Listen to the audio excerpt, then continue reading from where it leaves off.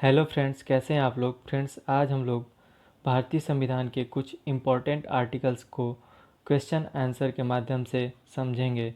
तो चलिए स्टार्ट करते हैं बिना किसी देरी के। फ्रेंड्स, हमारा पहला क्वेश्चन है, डॉक्टर अंबेडकर ने भारतीय संविधान के किस अनुच्छेद को संविधान की आत्मा कहा है।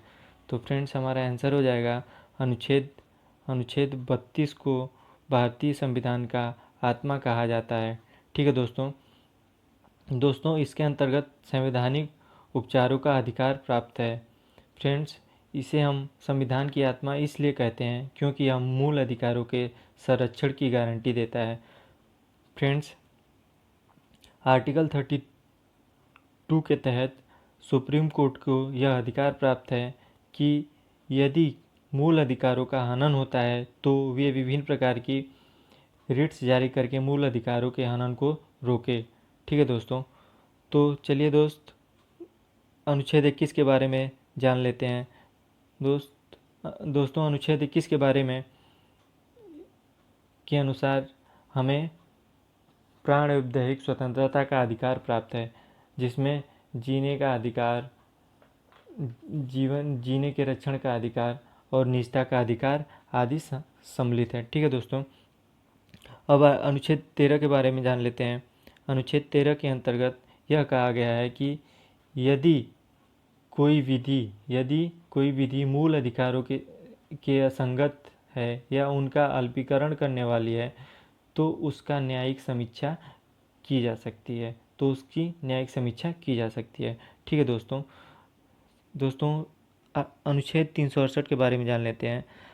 दोस्तों, अनुच्छेद 368 के अनुसार संसद को यह शक्ति प्रदान है कि वह संविधान के किसी भी भाग में संशोधन कर सकता है। ठीक है दोस्तों, तो चलिए अगला क्वेश्चन देखते हैं। भारतीय के किस अनुच्छेद में प्रेस की स्वतंत्रता दी गई है। तो दोस्तों, अनुच्छेद 19 के भाग 1 में प्रेस की स्वतंत्रता का अधिकार दिया गया है। ठीक है दोस्तों, चलिए तो जान लेते हैं अनुच्छेद 14 के बारे में। अनुच्छेद 14 यह कहता है कि विधि के समक्ष सबको समान संरक्षण और समान अधिकार प्राप्त है। ठीक है दोस्तों, तो चलिए अनुच्छेद 25 के बारे में जान लेते हैं। अनुच्छेद 25 के अनुसार कोई भी व्यक्ति किसी भी धर्म को मान सकता है और उसका प्रचार प्रसार कर सकता है। ठीक है दोस्तों, तो चलिए 21 अनुच्छेद 21 ए के बारे में जान लेते हैं। अनुच्छेद 21 ए में शिक्षा का अधिकार के बारे में कहा गया है और कहा गया है कि राज्य 6 से 14 वर्ष तक के बच्चों के लिए निःशुल्क शिक्षा उपलब्ध कराएगी। ठीक है दोस्तों, तो चलिए अगले क्वेश्चन पे चलते हैं। निम्नलिखित में से किन अनुच्छेदों द्वारा भारतीय संविधान नागरिकों को मूल अधिकार प्रदान करता है। तो दोस्तों, मूल अधिकार के बारे में अनुच्छेद 12 से 35 तक दिया गया है। ठीक है दोस्तों, तो आगे चलते हैं। भारतीय संविधान का कौन सा अनुच्छेद राज्य सरकारों को ग्राम पंचायत के गठन का निर्देश देता है। तो दोस्तों, आर्टिकल 40 जो है वो ग्राम पंचायतों के गठन के बारे में है। ठीक है दोस्तों, आगे चलते हैं। मौलिक अधिकार के अंतर्गत कौन सा अनुच्छेद बच्चों के शोषण से संबंधित है। तो दोस्तों, आर्टिकल 24 जो है, अनुच्छेद 24 जो है वो बच्चों के शोषण से संबंधित है। अनुच्छेद 24 के अनुसार 14 वर्ष से कम आयु वाले किसी बच्चे को कारखानों या अन्य किसी जोखिम भरे काम पर नियुक्त नहीं किया जा सकता। ठीक है दोस्तों, तो चलिए इस अनुच्छेद 17 के बारे में जान लेते हैं। अनुच्छेद 17 जो है अस्पृश्यता पर रोक लगाता है। ठीक है दोस्तों, अनुच्छेद 19 जो है वो फ्रीडम ऑफ स्पीच के बारे में दिया है। ठीक है दोस्तों, अनुच्छेद 23 के अनुसार मानव व्यापार तथा किसी भी व्यक्ति से बेगार या बलपूर्वक काम कराना गैर कानूनी घोषित किया गया है। ठीक है दोस्तों, आगे चलते हैं। कौन सा अनुच्छेद अस्पृश्यता का उन्मूलन करता है तथा किसी भी रूप में इसके आचरण का निषेध करता है। तो आर्टिकल 17 जो है वो अस्पृश्यता का उन्मूलन करता है। ठीक है दोस्तों, तो हमारा आंसर क्या हो जाएगा? आर्टिकल 17। तो चलिए अनुच्छेद 15 के बारे में जान लेते हैं। अनुच्छेद 15 के अनुसार धर्म, नस्ल, जाति, लिंग या जन्मस्थान के आधार पर किसी भी क्षेत्र में भेदभाव करना निषेध है। ठीक है दोस्तों, अब आर्टिकल 16 के बारे में जान लेते हैं। अनुच्छेद 16 के अनुसार पब्लिक एम्प्लॉयमेंट में यानी कि लोक नियोजन में सबको समान अवसर प्राप्त होगा। ठीक है दोस्तों, अब अनुच्छेद 18 के बारे में जान लेते हैं। अनुच्छेद 18 के बारे में जान लेते हैं। अनुच्छेद 18 में उपाधियों के अंत के बारे में कहा गया है, यानी कि कोई भी व्यक्ति किसी दूसरे देश से बिना राष्ट्रपति के सलाह के कोई भी उपाधि नहीं ले सकता। ठीक है दोस्तों, तो इसमें उपाधियों के अंत के बारे में कहा गया है। ठीक है दोस्तों, आगे चलते हैं। भारतीय संविधान का कौन सा अनुच्छेद राष्ट्रपति के पद के लिए पुनः निर्वाचन की योग्यताएं निर्धारित करता है? तो फ्रेंड्स, आर्टिकल 57 जो है वो पुनः निर्वाचन की योग्यताएं निर्धारित करता है। तो इसको आप लोग ध्यान में रखिएगा। आर्टिकल 57 जो है राष्ट्रपति के पद के लिए पुनः निर्वाचन की योग्यताएं निर्धारित करता है। ठीक है दोस्तों, आर्टिकल 52 को जान लेते हैं। इसमें कहा गया है कि भारत का एक राष्ट्रपति होगा और वह संवैधानिक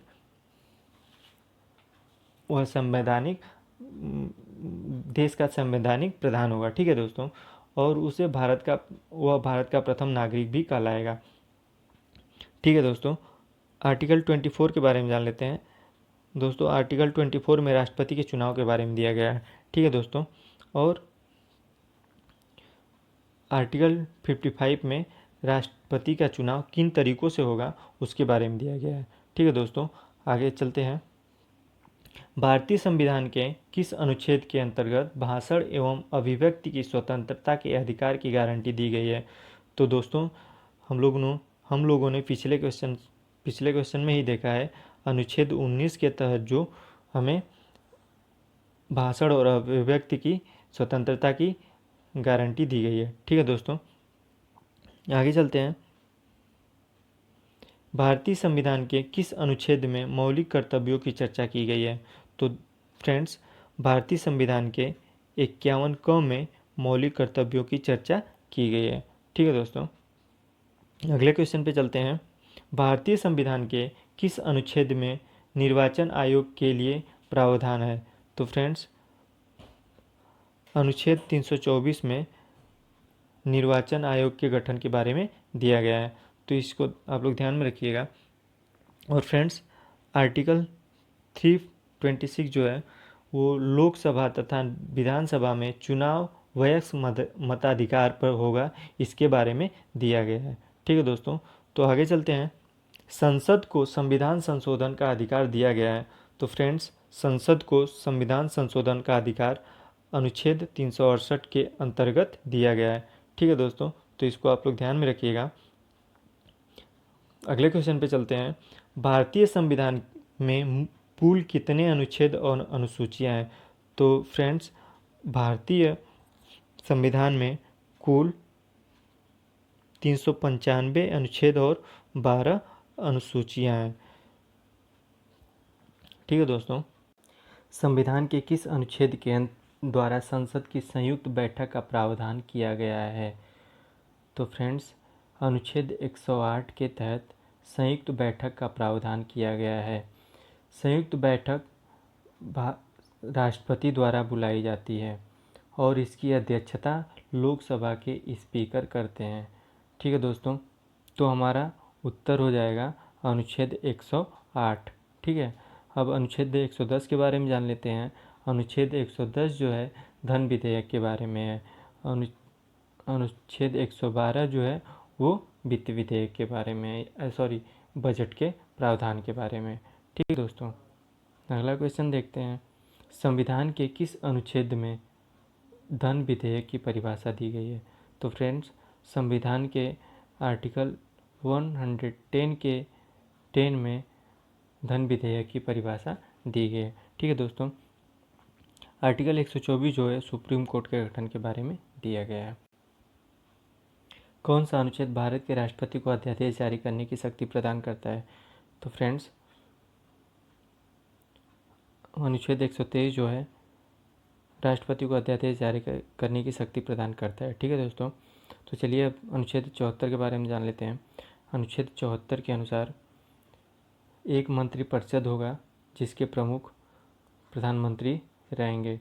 ठीक है दोस्तों, और मंत्रिमंडल जो है वो प्रेसिडेंट को सुझाव देगी और सुझाव के तहत वो राष्ट्रपति जो है अपना कार्य संपन्न करेंगे।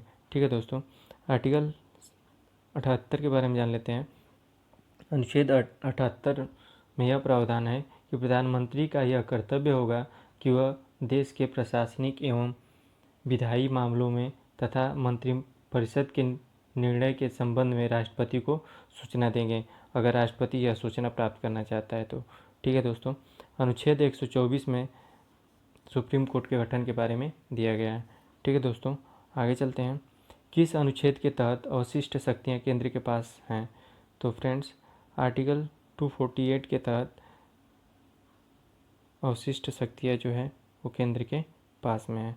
ठीक है दोस्तों, अगले क्वेश्चन पे चलते हैं। कौन सा अनुच्छेद संसद को राज्य सूची के विषय के संबंध में विधि बनाने की शक्ति प्रदान करता है? तो फ्रेंड्स, हमारा उत्तर हो जाएगा आर्टिकल 249 जो है वो संसद को राज्य सूची के विषय में संबंध में विधि बनाने की शक्ति प्रदान करता है। ठीक है दोस्तों, अगले क्वेश्चन पे चलते हैं। कौन सा अनुच्छेद संसद को अंतर्राष्ट्रीय समझौते को लागू करने के लिए विधि निर्माण की शक्ति प्रदान करता है? तो फ्रेंड्स, हमारा उत्तर हो जाएगा अनुच्छेद जो 253 जो है वो अंतर्राष्ट्रीय समझौते को लागू करने के लिए विधि निर्माण की शक्ति प्रदान करता है। ठीक है दोस्तों, तो हमारा उत्तर हो जाएगा डी। अगले क्वेश्चन पे चलते हैं। भारतीय संविधान के किस अनुच्छेद के अंतर्गत वित्त आयोग के गठन का प्रावधान किया गया है? तो फ्रेंड्स, आर्टिकल 280 के अंतर्गत वित्त आयोग के गठन के बारे में दिया गया है। ठीक है दोस्तों, अनुच्छेद 249 के बारे में हम लोग पिछले क्वेश्चन में ही जाना है कि यह केंद्र सरकार को राज्य सूची पर कानून बनाने का शक्ति प्रदान करता है। ठीक है दोस्तों, आर्टिकल 368 जो है वो संसद को शक्ति प्रदान करता है कि वह संविधान के किसी भी भाग में संशोधन कर सकता है। आर्टिकल 370 जो है वो जम्मू कश्मीर के विशिष्ट शक्तियों के बारे में दिया गया था आर्टिकल 370 में, लेकिन यह रद्द कर दिया गया है। ठीक है दोस्तों, अगले क्वेश्चन पे चलते हैं। संपत्ति का अधिकार संवैधानिक अधिकार है, यह बताया गया है।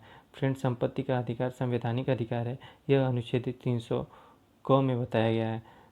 संपत्ति का अधिकार पहले मूल अधिकार में सम्मिलित था, लेकिन अब यह भारतीय संविधान 44वें संविधान संशोधन 1978 द्वारा इसे अनुच्छेद 300 क में सामान्य वैधानिक अधिकार के रूप में अवस्थित किया